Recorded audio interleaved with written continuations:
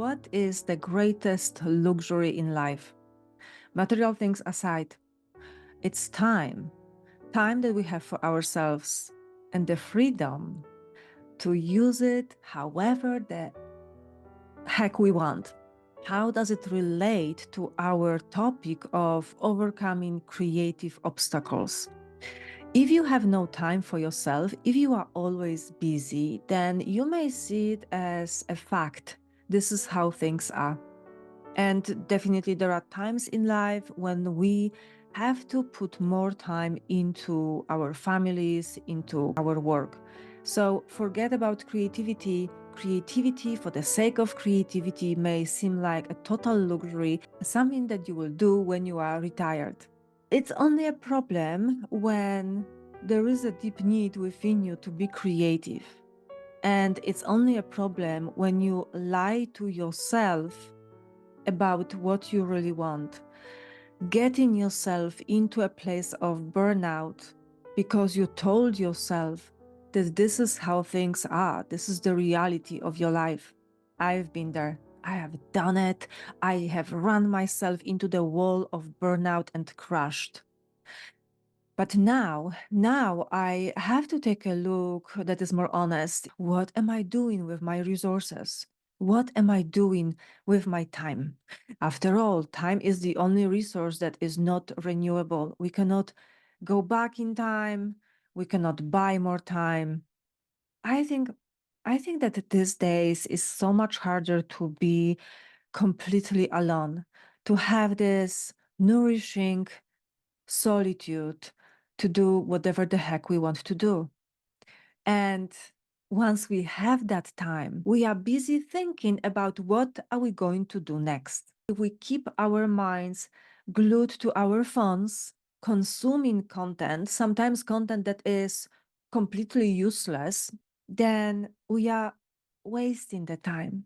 If you are never alone, it's harder to relax deeper into that place of authenticity, into the place where we meet ourselves without any filters, without any personas and masks that we put on just because we are with other people, always relating to the outside world. And this would be the question to ask yourself if you want to be more creative. Are you taking your attention and putting it outward? Or are you dropping it all completely and turning your attention inward to explore your internal world, to meet yourself in the place of authenticity and honesty? This is the true luxury. I don't know if I think that because I'm an introvert and I find that having that time alone is essential for well being. Or is it like this for everyone? Some of the studies that were done on creativity showed that even though certain projects are created by a lot of people working on the projects, people did the best work when they were undisturbed, alone. So, no open office concept. They had the time for themselves to explore the creative potential of the project. And then they brought it to the forum with other people to work on it together. I realize that this video may be frustrating for you if you are always busy, you feel like your time is not really your time. You notice you have an hour or two for yourself, and then the first thing that comes to your mind is, what can I do for this person? What can I do for that person? And you are checking with other people what you can do for them and if they need you. Because paying attention to what you need feels selfish.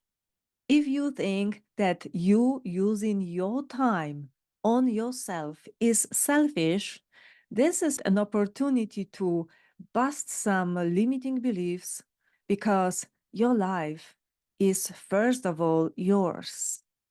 Elizabeth Gilbert wrote, "Woman always created on the stolen time." And what if we don't have to steal time? Why do we have this idea that we have to steal something that is ours? Are you taking the time for yourself, or are you simply living?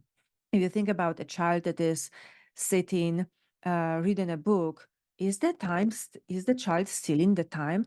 Is the child taking the time for herself or himself? If you think about some people that have certain activities they really enjoy, like every weekend, do you think about those people that they are taking the time for themselves, that they are stealing time? If this sounds ridiculous, thinking about other people, why do you have to have the sense that you are stealing the time for yourself?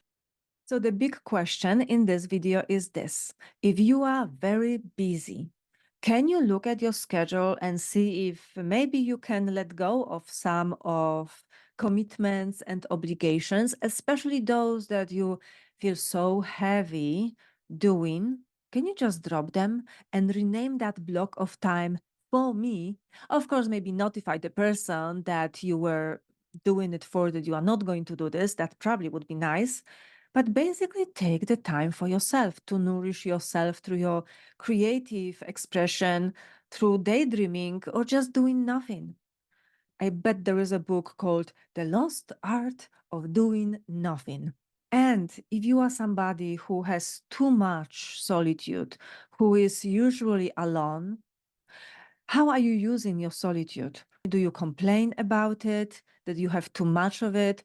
Or do you use it in a way that is positive, that is creative, that is nourishing to you, that is adding to your life instead of taking away from your life? Since we are talking about time, let me include in this video another obstacle that is our beliefs about how long things take. And that would be obstacle number 11. Sometimes we believe that we need more time than we actually do in order to do something, to accomplish something. And very often it is true that we actually need even more time than we anticipated earlier. But that's when things happen in the linear time. There's also a concept of vertical time. This is the time that is governed by the spirit. This is the time that you can collapse using prayer and surrender. And when you relax deeper into your, I don't know, we can call it divine laziness. There's actually a gene key in human design called divine laziness. Relax into ease of doing certain things. You can collapse time and things may take you less time than anticipated. On the other hand, we have the linear time when we push things, we don't communicate with our spirit, we simply see things in a very material way. This is the kind of time when we need to tap into our resources of patience. And having no patience will be another obstacle to creativity. You know, the only reason I didn't create for such a long time was because I told myself, I have no patience for this. I know how much time it takes, and I have no patience. Developing patience would be one of the most important resources to creativity, and quite frankly, great internal resource to have in life.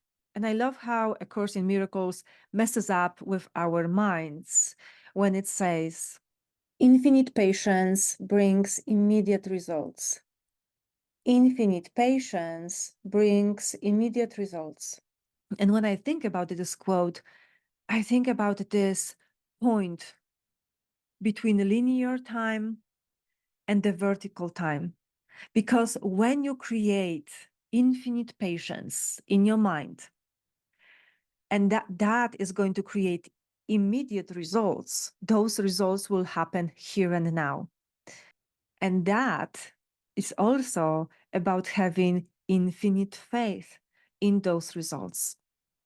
So in this video, I covered several creative obstacles, and I hope you don't mind. I know that some of you prefer the shorter versions, but I hope it will be okay with you if those videos are like few minutes longer. This is what I covered in this video, obstacle number 10, never alone, having schedule that is too busy. Number 11, having our attention always going outward versus going inward. There is a saying that a genius requires solitude. Even though we are not seeing ourselves as geniuses, there is something about being alone and turning the attention inward. Number 12 is about having limiting beliefs about how long things take. And number 13, patience. We need to develop patience in order to create anything. And then we can create faster results when our linear time meets the vertical time. Thoughts? Comments? If you have anything to say, please comment below and subscribe to this channel if you like this video and share it with someone who may need to hear it today.